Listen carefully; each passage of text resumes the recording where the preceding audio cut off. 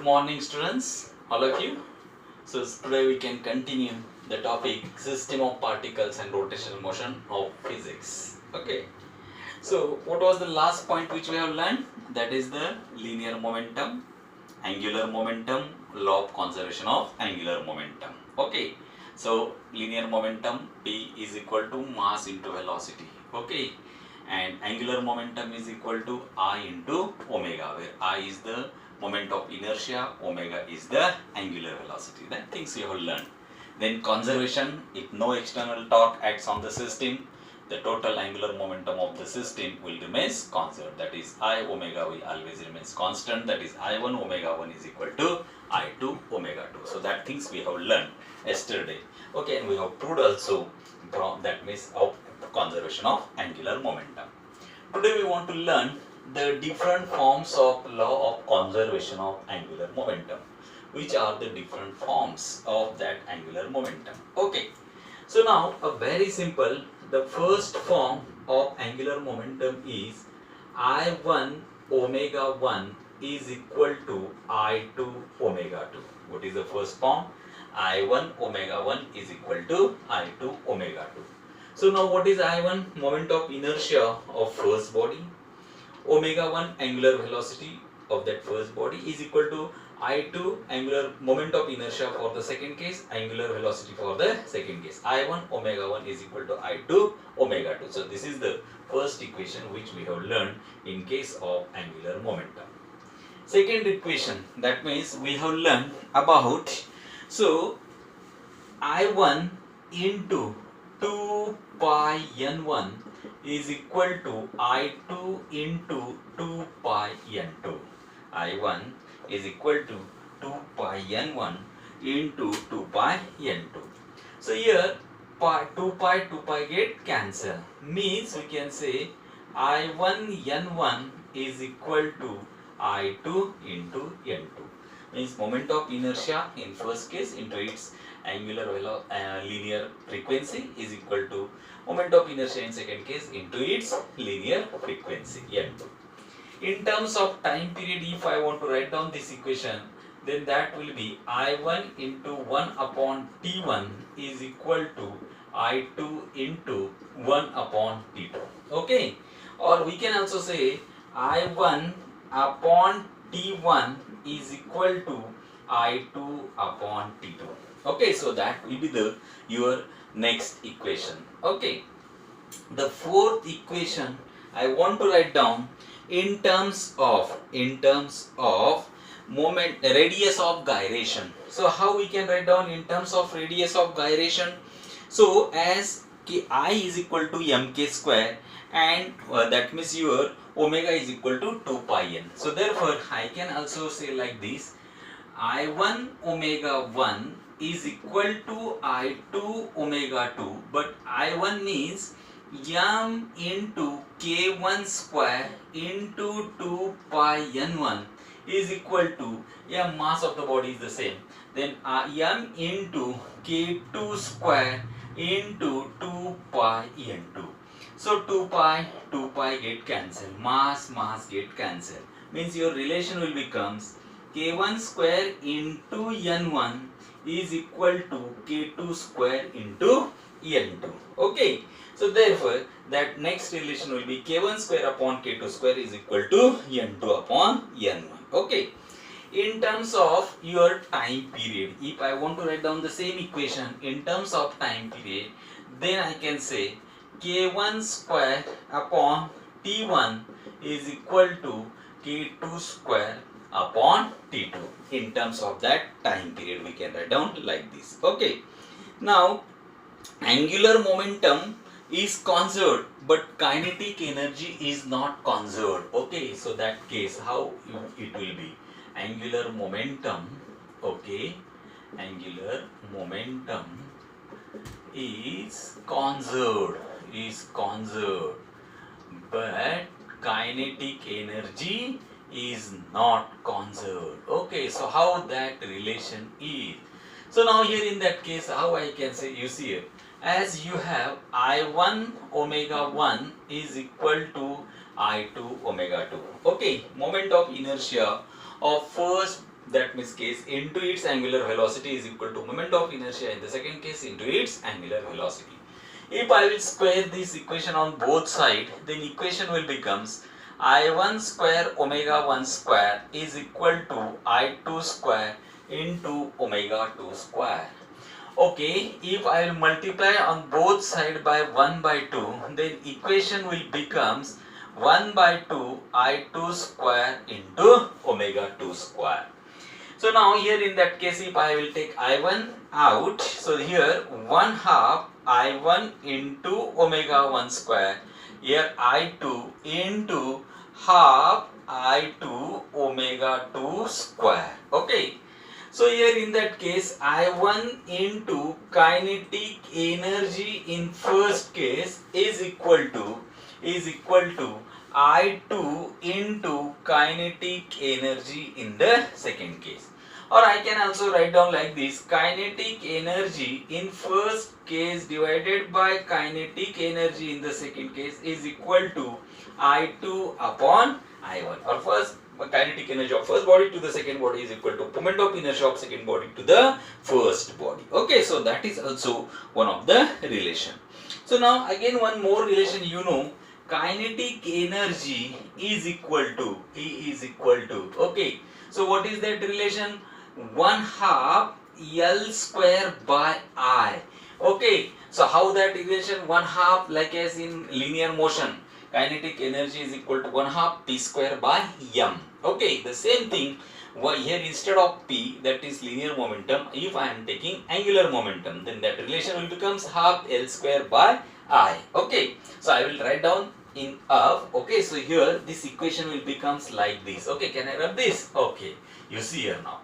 The next point is, so as kinetic energy is equal to half L square by I, so therefore L square is equal to 2 times I into kinetic energy. Okay, so here in that case L is equal to under root of 2 times I into kinetic energy. Okay, if kinetic energy is conserved, then if it remains constant, then L is directly proportional to I. Okay, and if I is conserved, then L is directly proportional to kinetic energy. Okay, 2 is the constant here. So therefore we can also write down this equation: L1 by L2 is equal to under root of I1 upon I2. So this is also one of the equation which we are getting. L1 upon L2 is equal to square root of I1 upon I2. Okay, once you got that relation,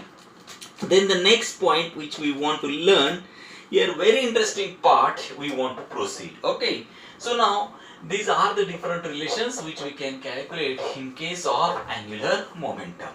Now law of conservation of angular momentum can also be used in a different situation. Now suppose you see here, if your earth is suddenly contracts or reduces to 1 by nth of its present size. Okay, whatever the present size, if earth would have been suddenly contracts to 1 by nth of its present size without changing its mass, but mass will be remains the constant. Okay, now you see here there are the two conditions: mass is constant or density is constant. So here mass is constant. Then the duration of the new day will be, how much that duration will be, and so that answer will be T2 is equal to 24 upon n square r. What is that? What I have given? Earth suddenly contracts to its size 1 by n of its present size, Okay, and here without changing its mass remains constant, mass is not changing. Then the new time period will be, so that answer will be T2 is equal to 24 upon n square r. So but now how that things is going to happen? So now here I am using the law of conservation of angular momentum. As I know, I1 omega 1 is equal to I2 into omega 2. So here in that case, if I will consider the moment of inertia of Earth is a solid sphere. So therefore I can consider here 2 by 5 mr square, but I will take r1 square into omega, that is 2 pi by t1 is equal to 2 by 5 mr2 square into 2 pi by t2. So 2 by 5 2 by 5 get cancelled, 2 pi get cancelled. So here this answer will be r1 square upon t1 is equal to r2 square upon t2. But earth size means R2 is equal to 1 by nth times its original size, present size. Means radius will be 1 by nth of R1. So here, if I will put this value T2 upon T1 is equal to R2 square upon R1 square. But what is R2? 1 by n square into R1 square upon R1 square. So R1 square, R1 square get cancelled. And so therefore your answer will be T2 upon T1 is equal to 1 upon n square into 1 by n square, because R1 square get cancelled, and T2 is equal to T1 by n square. But what is T1? 24 hours upon n square. So therefore new time period will be 24 by n square. Okay, so that is the first case. Earth would have been contact 1 by n time of its present size. By keeping the mass constant, then the new time period will becomes like this. And if the same condition, if again the earth would have been contact to 1 by n time of present size, means our earth has been reduced to 1 by nth time of its original size or present size, and by keeping the mass constant, then the new angular velocity will be new angular velocity. Okay, so if I want to find out that angular velocity, then your formula is omega 2 is equal to n square into omega 1. Sir, how you can get this formula? So that also we can calculate. Sir, how we can calculate? Okay, so you see here, now that I will find out. Okay, so the next case I want to prove omega 2 is equal to n square into omega 1. Okay, so now here what I am calculating, 2, that is a new angular velocity. Okay, new angular or velocity. Okay, so for that your formula will becomes now, how we can find out? Again, I1 omega 1 is equal to I2 omega 2. Okay, so here I1 will be 2 by 5 mr square. Okay, so mass is remains constant r1 square, and I will put here omega 1 as it is. Second case, if I will take omega 2 is 2 by 5 mr2 square into omega 2. I want to find out omega 2. So 2 by 5 2 by 5 get cancelled. Okay, as usual, your R2 is equal to 1 by nth times R1. So this is the condition. So therefore, what I have to do? Now omega 2, what I want to find out? I want to find out omega 2. So omega 2 upon omega 1 is equal to R1 square upon R2 square. And what is the R2? So omega 2 by omega 1 is equal to R1 square upon 1 by n square into R1 square. R1 square get cancelled, n square will goes up. So therefore, new angular frequency or angular velocity will be n square into omega 1. Okay, so that is the another relation. Okay, now again one more relation I want to find out. If Earth would have been reduce its size to 1 by nth of its present size, but now mass is not remains constant. If its density is remains constant, then what will be its new time period? So that I want to find out. Okay, so how I can calculate? You see here. Okay, here in that case, my point is again density should be remains constant.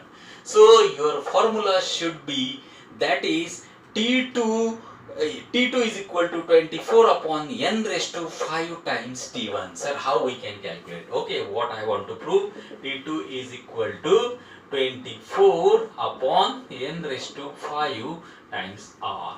Okay, sir, but how you will get the things if you are keeping density remains constant or density should not change? So this formula can be calculated again by using the formula I1 omega 1 is equal to I2 omega 2. So here again 2 by 5 m1 r1 m1 r1 square. Here omega 1 will be 2 pi by t1. 2 by 5 m2 r2 square into 2 pi by t2. Why I have not wrote m? Because density is constant, mass is not remains constant. So you know density is equal to mass upon volume. So therefore mass is equal to density into volume. So density will remains constant. So therefore this formula will becomes 2 by 5. Density will remains constant. Volume will be 4 by 3 pi r1 cube. Okay, into r1 square into 2 pi by t1 is equal to, here also 2 by 5 m2 can be written as density into 4 by 3 pi r2 cube into r2 square into 2 pi by t2. Okay, so now what I will do, I will cut all these things. 2 pi by 5, 2 pi by 5. Density, density. 4 by 3 pi, 4 by 3 pi. Okay, 2 pi, 2 pi. So what else is left now? So I will write down here this side. Okay, so here in that condition, I will say, here in that R1 raised to 5 upon T1 is equal to R2 raised to 5, because R2 raised to 2, 3, R2 raised to 2, R2 raised to 5. Okay, so only, so therefore that answer will be divided by T2. So therefore T2 upon T1 is equal to R2 by raised to 5 upon R1 raised to 5, R1 raised to 5. Okay, but now again R2 is equal to 1 by n raised to 5, R1 raised to 5 upon R1 raised to 5. So therefore that will get cancelled. T2 is equal to now T1 upon n raised to 5. So therefore 24 upon n raised to 5. Okay, and last one but not least, what will be the angular velocity? So that formula will be, last formula will be omega 2 is equal to n raised to 5 into omega 1. You can prove that things also. Okay, so that is the end of this chapter. Okay, we'll solve the numericals next times. Okay, so that will be the your chapter system of particle is gets over. किती मिनिटं झाले? काय battery गेली की काय? हां, battery गेली. आयला. नाही आता चाललंय पण बॅटरी लो असं म्हणलं तिने आता. किती मिनिटं झाले?